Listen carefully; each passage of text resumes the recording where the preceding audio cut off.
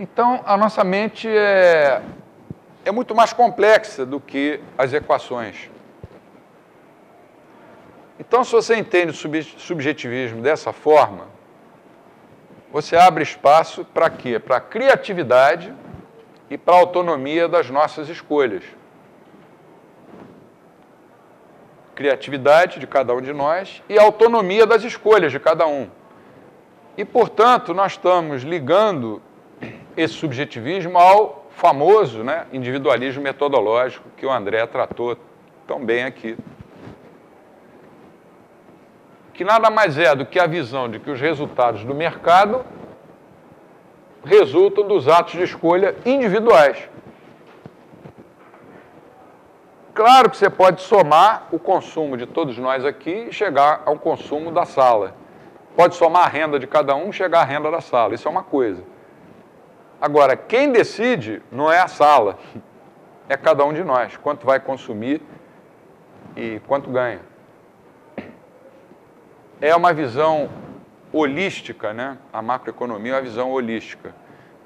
O conceito de sociedade. Sociedade é a soma dos indivíduos, mas sociedade mesmo não existe. O que é a sociedade? É o quê? É o Maracanã lotado? Maracanã agora, coitado, está lotado de trator, é uma passeata na Rio Branco, é o Brasil inteiro reunido. Como é que essa sociedade decide? Ela não decide nada, quem decide são as pessoas. O Brasil exportou mais do que no ano passado. Não foi o Brasil que exportou, foram empresas brasileiras ou que importaram. Então, essa visão holística nunca foi levada a sério pela escola austríaca. Não existe uma macroeconomia austríaca. No final do curso, eu vou dar um modelo macroeconômico austríaco, mas eu escrevo macro entre aspas. Porque é para poder comparar com os outros modelos, a gente tem que falar a mesma língua que os caras falam, senão a gente vai ficar falando sozinho. E a gente é muito criticado por isso. A gente, que eu digo, são alguns economistas austríacos que, às vezes, colocam gráficos, equações, que é para a gente poder se fazer entender. Se eu falar para um colega meu só numa linguagem verbal, sem usar um gráfico, uma equação, ele vai achar que o que eu estou falando não é ciência. Mas se eu consigo fazer num gráfico, ele já vai, ih, caramba, tem alguma coisa de sério nisso aí. Por incrível que pareça, é assim. Ciências que não usam matemática não são ciência. Direito, sociologia, os economistas, muitos consideram isso como subciências. O sujeito não deu para nada da vida, foi estudar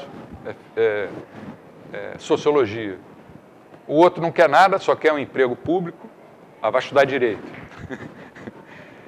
De preferência na UERJ, que é de graça, né? E dizem que o curso é bom. Isso está tudo errado, né?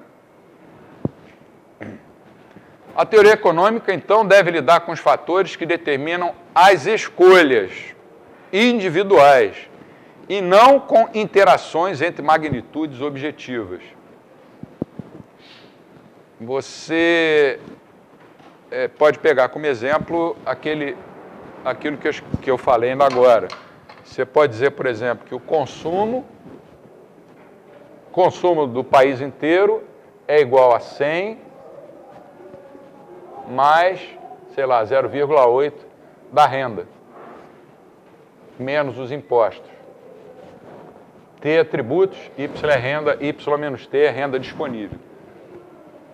Isso é uma interação entre magnitudes objetivas. Mas esse C aqui, que é a soma do consumo de todo mundo, na verdade, é a soma do consumo de 190 milhões de pessoas. Aqui, a renda é a soma da renda também de 190 milhões de pessoas. Não tem como você escrever uma equação dessa e acreditar que ela explica o mundo real. O que não quer dizer que você não possa somar o consumo de todo mundo e somar a renda de todo mundo e comparar. A gente não pode jogar fora toda a teoria econômica, mas tem que ter cuidado com as conclusões que vai tirar dela. Então, subjetivismo e ação humana dinâmica, quer dizer, no tempo dinâmico, né, que a gente viu ontem, sob condições de incerteza não probabilística, não bayesiana, vem de Bayes, né, são ideias absolutamente inseparáveis na visão da escola austríaca de economia. O subjetivismo e a ação humana.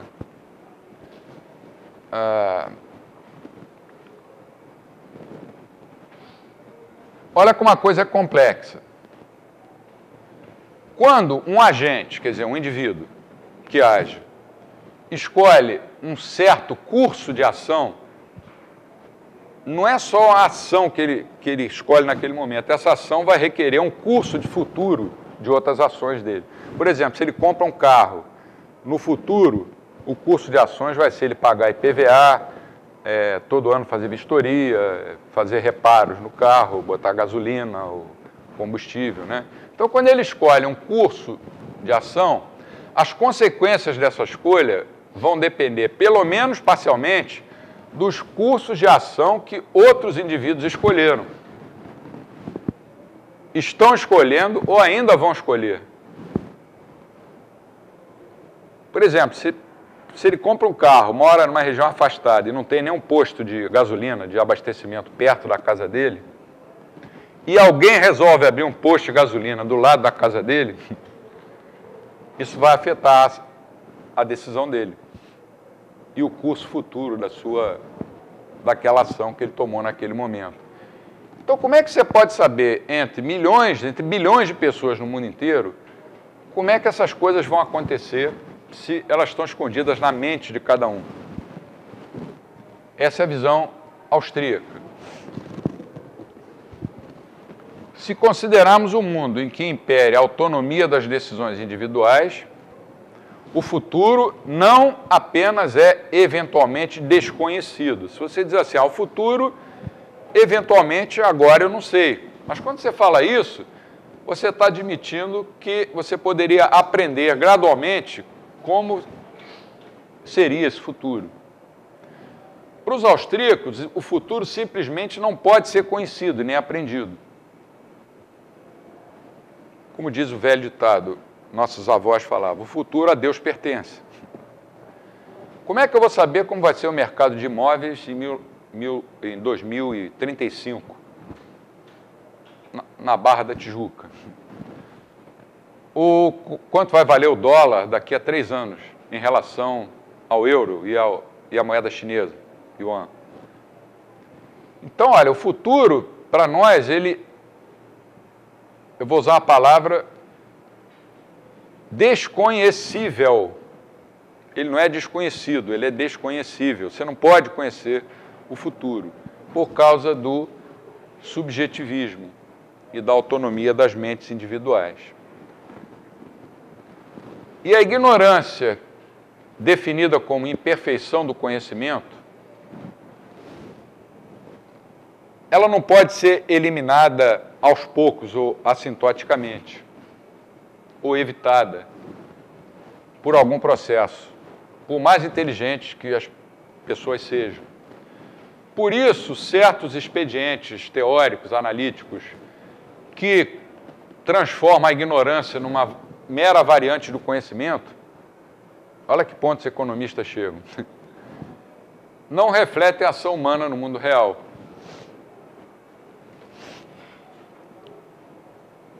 Então, para um austríaco, a ignorância em poucas palavras, é a imperfeição do conhecimento. Que com o tempo você vai aprendendo, mas você nunca vai chegar a uma situação em que você consegue eliminar inteiramente essa ignorância.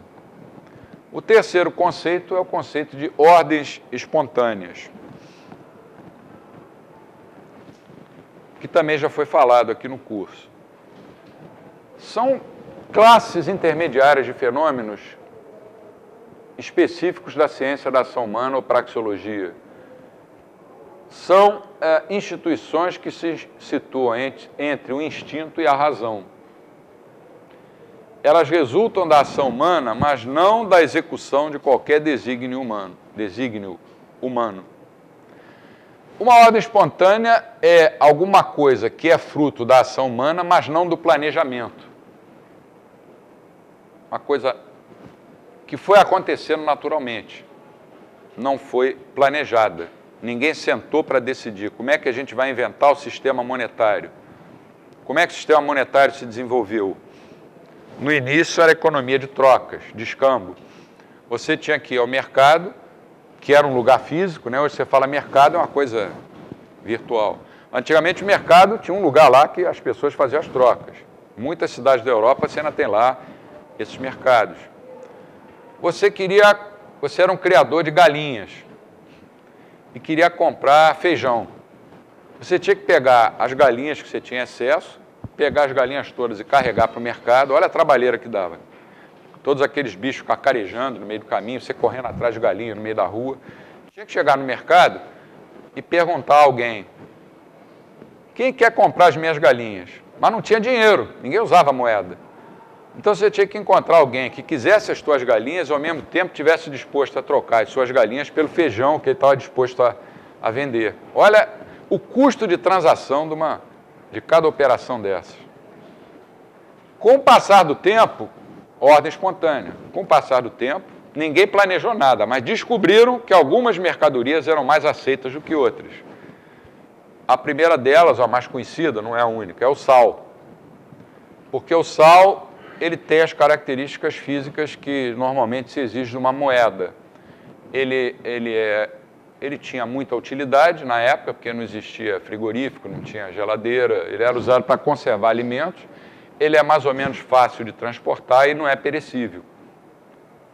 Então você não precisava mais levar aquelas suas 30 galinhas para o mercado para trocar por 10 quilos de feijão. Você levava sal e o cara te dava feijão e em troca recebia sal que ele sabia que ele podia trocar por outro bem qualquer. E a coisa foi evoluindo, levava às vezes centenas de anos de uma etapa para a etapa seguinte. Depois descobriram que os metais preciosos tinham valor. Então passou a funcionar um sistema você não pode chamar de moeda ainda, mas se costuma chamar moedas metálicas, pedaços de ouro, pedaços de prata.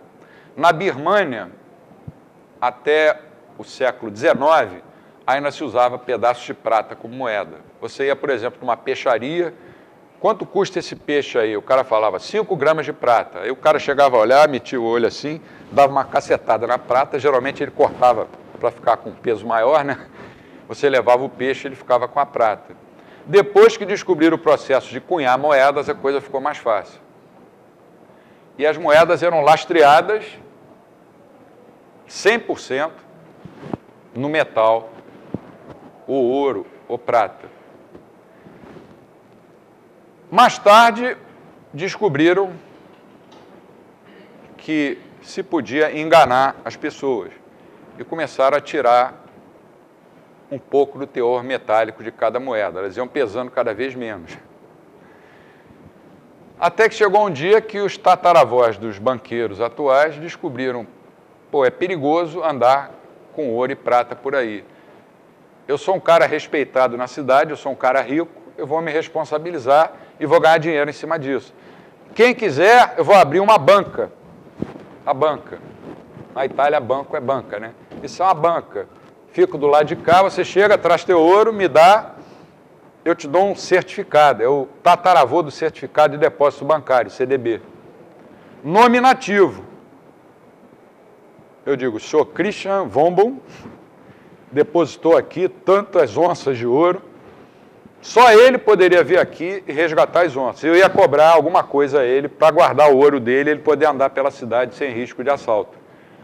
O passo seguinte, sempre lembrando de que é uma ordem espontânea, foi esses certificados de depósitos que eram nominativos passaram a ser transferíveis.